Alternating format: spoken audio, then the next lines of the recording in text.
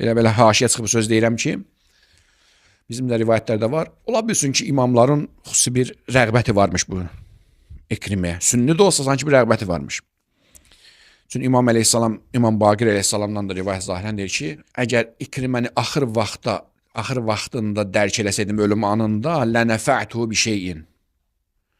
Deyir İmam qayıtdım ki, Yəbnə Rəsulullah ağacan, nə ilə fayda verəcəkdin? Deyir ki, ma entum aleyh. Yəni sizə öyrətdiyim əqidəni öyrədəcəkdim, o da ölüm anında da olsaydı fayda verəcəkdi, yəni Əli İslam vilayəti. Yəni zahirən İbn Abbasın tələbəsidir və mümkündür, yəni sünni də olsaydı, yəni yola yaxın bir sünni idi ki, İmam Əliyyədən sanki bir belə də ürək ağrısına danışır, kaş məsələn onun axır anında olsaydı onu hidayət eləyə bilərdi. Yəni hidayətə yaxın bir adamdır kimsə, nəysə, əl-mühim.